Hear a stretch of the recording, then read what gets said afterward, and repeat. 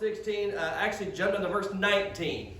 You might want to know that too. So Luke 16, starting in verse 19. This is the story, the parable of the rich man and Lazarus. Verse 19. It says, "There was a rich man who was clothed in purple and fine linen, and who feasted sumptuously every day. And at his gate was laid a poor man named Lazarus, covered with sores, who desired to be fed with what fell from the rich man's table. Moreover, even the dogs came and licked his sores. The poor man died and was carried by the angels to Abraham's side. The rich man also died and was buried. And in Hades, being in torment, he lifted up his eyes and saw Abraham far off and Lazarus at his side. And he called out, 'Father Abraham, have mercy on me. Send Lazarus to dip the end of his finger in water and cool my tongue, for I am in anguish in this flame.' But Abraham said, 'Child, remember that in your lifetime you received your good things, and Lazarus in like manner bad things. But now he is comforted here, and you are in anguish. Besides all this, between us there's a great chasm that has been fixed, in order that those who would pass from here to you may not be able, and none may cross from there to us.' And he said, 'Then I beg you, Father, to send him to my father's house, for I have 5 brothers, so that he may warn them, lest they also come into this place of torment.' But Abraham said, 'They have Moses and the prophets. Let them hear them.' And he said, 'No, Father Abraham, but if someone goes to them from the dead, they will repent.' And he said to him, 'If they do not hear Moses and the prophets, neither will they be convinced that someone should rise from the dead.'" And a few quick things about this story. I do consider this to be a parable, and that's up for debate among many. If that's something you want to discuss or debate later, I'll sit and listen. It's a mountain I'm not ready to die on. It's what we see here is that this is unique among the other stories, the other parables, and that there are names given to key characters here. It's very possible this could be an actual true story. I want to say, to our salvation, it doesn't matter.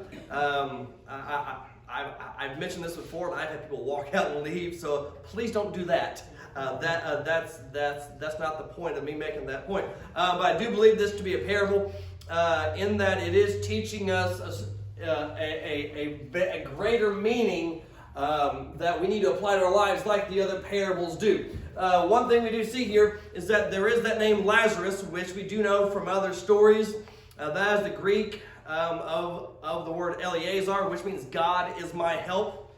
The rich man, for many years, it's been taught that his name was Dives, which that's not in the biblical text, but the word Dives is the Latin word for rich man. So if that helps by giving him the name rich man, then there we go. But either way, one thing that we also need to sort of establish about this parable is that this is not intended to be used as a map of what happens after we die. Now, it very well could all be accurate, but that's not the point of what Christ is trying to teach here. I've listened to many fantastic sermons about what happens to us after we die and citing this passage. And if that helps you find Jesus and leave a life of sin, great. And again, this could very well all be extremely accurate. But again, it's not the point that Christ is trying to make by this teaching. So let's dive into the story. Christ begins by teaching this by comparing and contrasting 2 characters. We have the rich man and we have Lazarus. The rich man is clothed in regal robes, while Lazarus, being a beggar, is covered in sores. We see the rich man dying sumptuously, which is a word I don't think we use enough. And Lazarus, we see, is licked upon by dogs. Now, dogs in the biblical times are not used as pets. There are actually more of a patch to bother. So this is not, So this is not necessarily a compliment saying that he had a lot of pets. Those are the contrasts, but there's one commonality between the two of them that we see, and it comes very quickly in our story. They both die.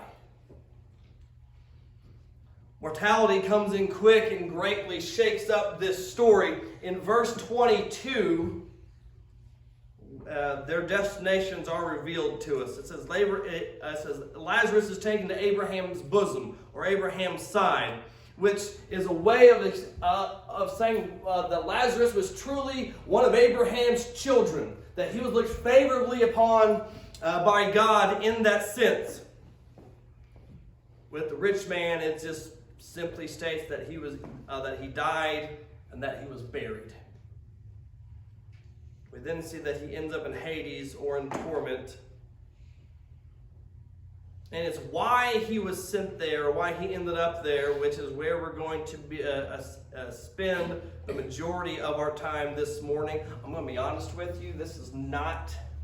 This is one of those sort of nervous sermons going into it. TJ made a joke this morning that I had the pre-sermon jitters, which I occasionally get from time to time. This is one of those that if I were full time here, I might be updating my resume, because with this sermon, with this story, with this passage here, it's going to hit each and every one of us.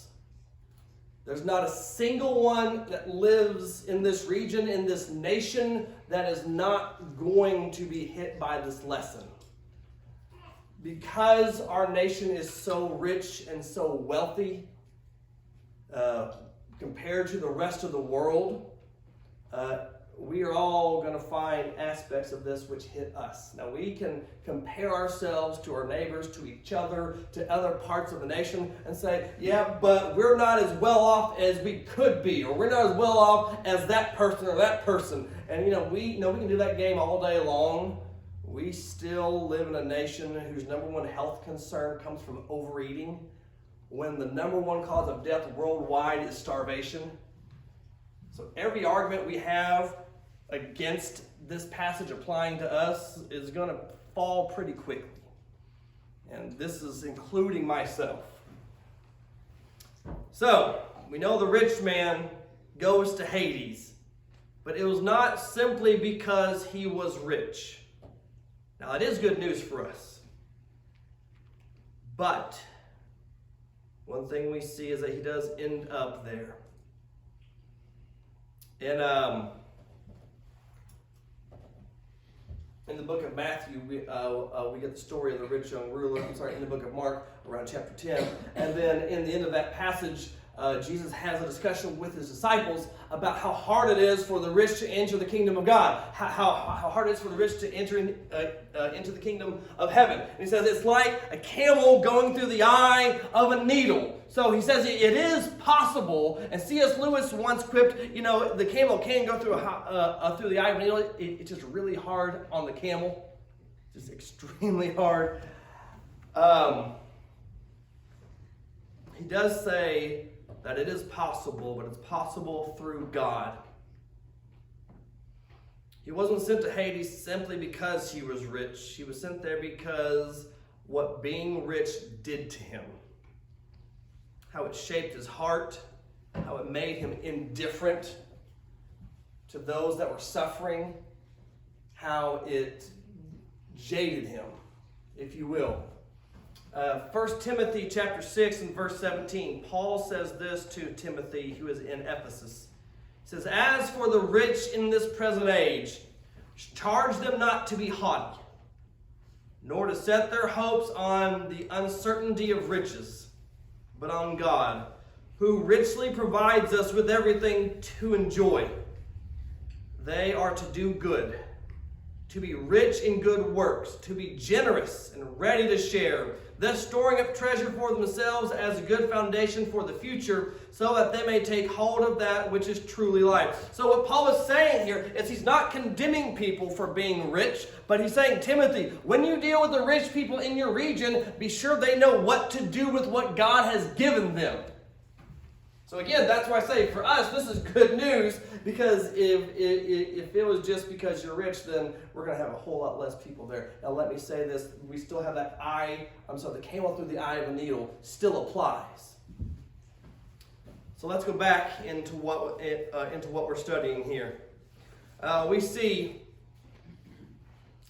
that being rich shaped the rich man's heart in a way which made him indifferent to the suffering of Lazarus. I mean, because, he knows Lazarus by name. Once they die, he sees him across this chasm, and he knows who he is. He recognizes him.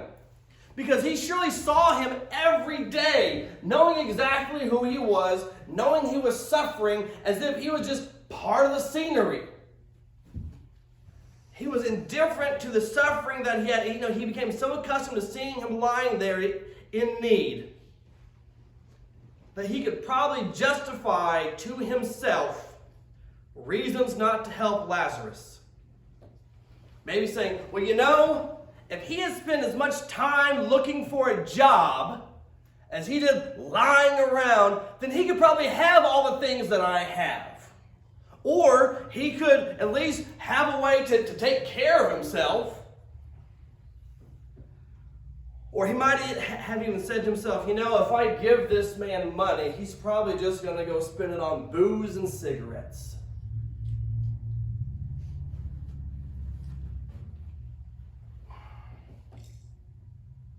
Yes, we are supposed to be good stewards with God's money. However, if we're truly honest with ourselves, we may admit that we use those statements, those phrases, as more of a way to justify not being benevolent than we should.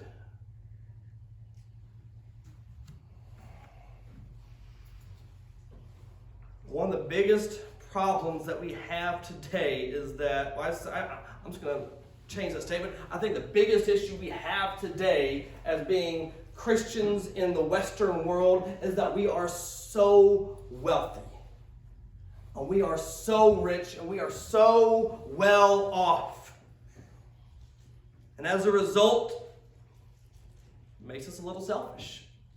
And I think that is a liberal phrase, or I think that's conservative in saying that.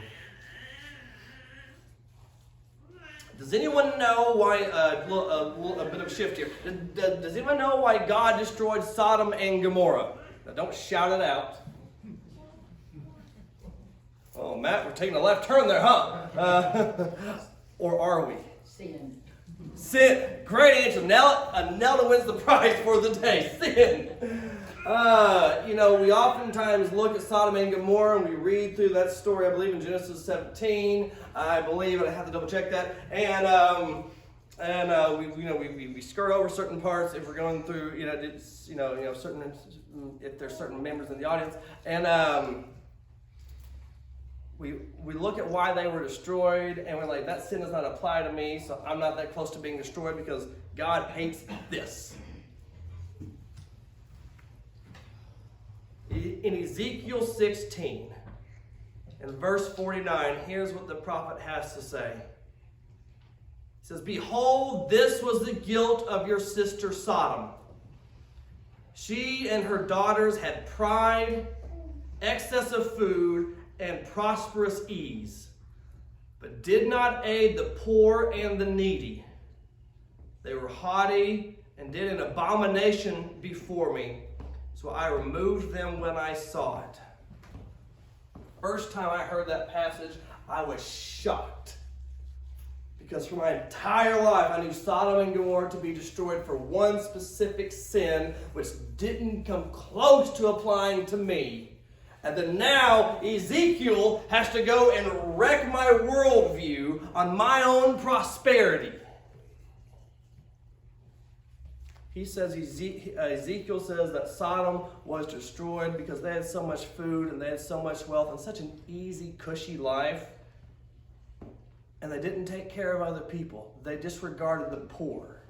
That's why God removed them. Now, I'm certain the other sins which we know took place didn't help their case any.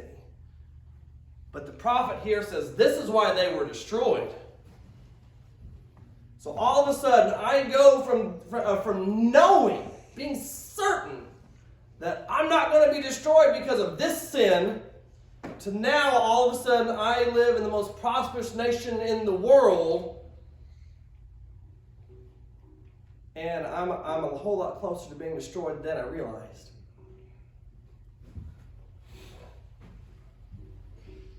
I remember as a child, we took a trip to New York City. I was about Liam's age. I was thrilled. I loved it, being in the big city, seeing all the sights. It was the first time that I remember ever seeing someone living on the streets.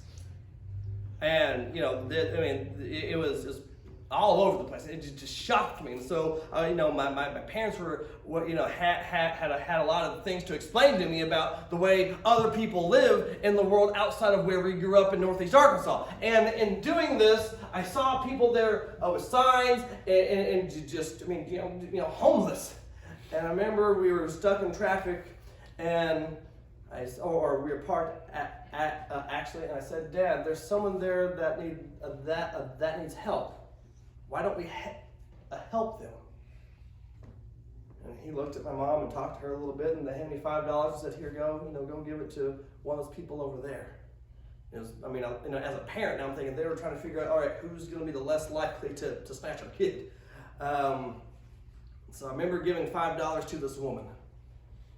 And I remember she said to me, "God bless you." And I got so excited because she brought God into this scenario. And I remember thinking, I know God too. And I wanted to talk to her about what I know about God. And then my parents called me back quickly. I got back in the car and I was so excited. And I said, "She said, God bless you." And I was like, she knows about God. I thought we know about God. And then I remember also the thrill of giving out of our prosperity to somebody in need. And as an adult now, I wonder at what stage did I outgrow that?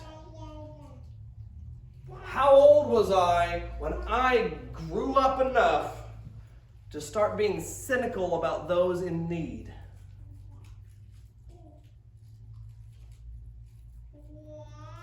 We have a lot of prosperity about us. And we also have a lot of reasons and excuses as to why we don't help others. In Matthew 18, Christ says this, starting in verse 1. It says, "At that time the disciples came to Jesus saying, 'Who is the greatest in the kingdom of heaven?' And calling to him a child, he puts him in the midst of them and says, 'Truly I say to you, unless you turn and become like children, you will never enter the kingdom of heaven. Whoever humbles himself like this child is the greatest in the kingdom of heaven.'" And so reading this passage and then applying it to this topic, and then thinking back to myself, the thrill I got as a child from helping somebody in need, and now I find myself being an adult justifying as to why I don't help others. I'm thinking, I get what Christ is saying here. Because when you're a child, sure, children are selfish, but when you see someone suffering, the natural thing to do is, let's go help them. But then now, I think I can relate more to the rich man than I dare care to admit, who saw Lazarus suffering there in the streets. We knew him, knew who he was, but always had a reason not to help him.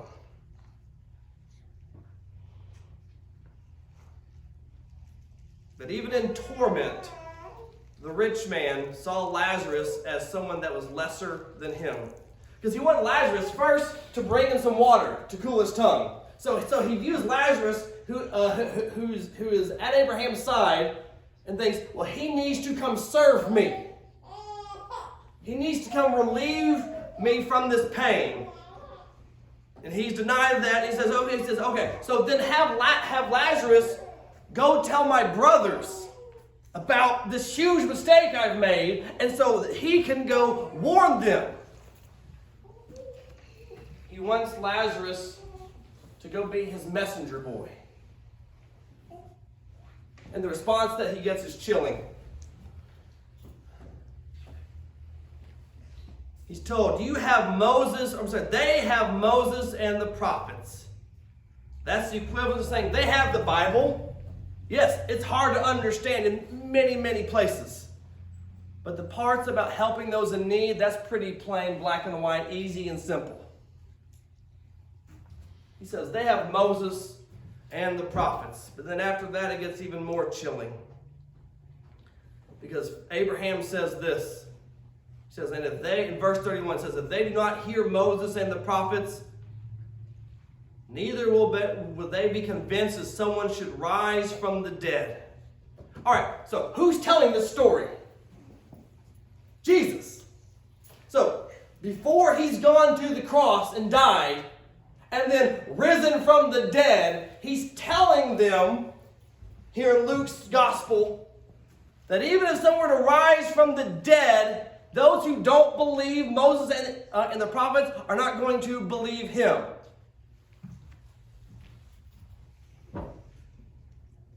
Jesus knows exactly how hard it is to choose your master. As the one telling the story, he's trying to make the point that he makes in other passages about you can only serve one master. You can either serve God or you can serve money. And ultimately, if you're serving money, the true God you're serving is yourself. Money is given to us to be a tool. And you can use that tool to bless others, or you can use that tool to drive you further away from God. You know, we call money a blessing. We always do. We never once get a increase in our paycheck or get a bonus or just happen you put on your jacket 1 year oh hey, $20, all right. You never look like you're never gonna go, oh, this is horrible. This is gonna take me away from God even more. We always look at it as a blessing. I wonder, does God give us money to spend in Satan's stores? If I give my children money, and I send them to the store, and I said, here's what you need to do with this money. And they come back with all these things that I didn't tell them to get or want them to get. I wonder what the response is going to be from me to them. And I wonder what the response is going to be from God to us when we stand before judgment.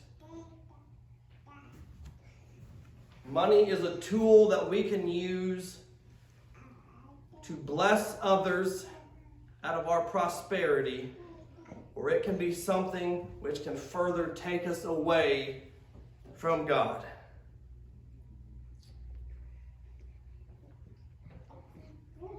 He said to them, if they do not hear Moses and the prophets, neither will they be convinced that someone should rise from the dead. I wonder how the church has been responding to those words ever since Jesus Christ rose from the dead. I told you this is a sermon that if I was full-time, I'd be updating my resume. Because none of us are exempt from this lesson. Because we live in such a prosperous and rich nation that even the poorest among us have more than those in third world countries. We read the mission reports and we hear from our missionaries occasionally about people living in squalor. We look at the news and we see people coming up to get into our nation by various means to escape the poverty that they have. Because they know even being the poorest person in the United States is still going to provide them with more riches than they would ever have in any other country. We were born with an uphill battle. Let's not overlook, and I'm not trying to be negative. I just want us to be real and recognize the struggles that we have, that the camel through the eye of a needle applies. Abraham was given much wealth by God. And he was told by God, I am blessing you so you can be a blessing. So God gave him all this wealth so he could then provide for others, to bless others. So we have an opportunity, as long as there's breath in our lungs, to provide and care for others. The rich man didn't go to torment simply because he was rich. It was because what being rich did to him. We have to recognize the struggle and the challenge that lies before us. But that it is possible for us, as Paul told Timothy, that the rich need to be generous with what they have so they can truly invest in the things that matter in God. That's our lesson for the day. I appreciate you listening. I appreciate your patience. I hope that we will always choose to serve the one true God, the God who defeated death, and not the God of our hearts and the God of our greed. Sometimes the message hurts. It hurts to give it. But God has given us so much and such an opportunity to bless those around us. Let's not get to the end of our life and think, well, I should have done this or I should have done that. Because the one thing the rich man and Lazarus had in common is they both died. And they took nothing with them. However, the gospel applies to you this morning. A song has been selected. Let's stand. No power of hell.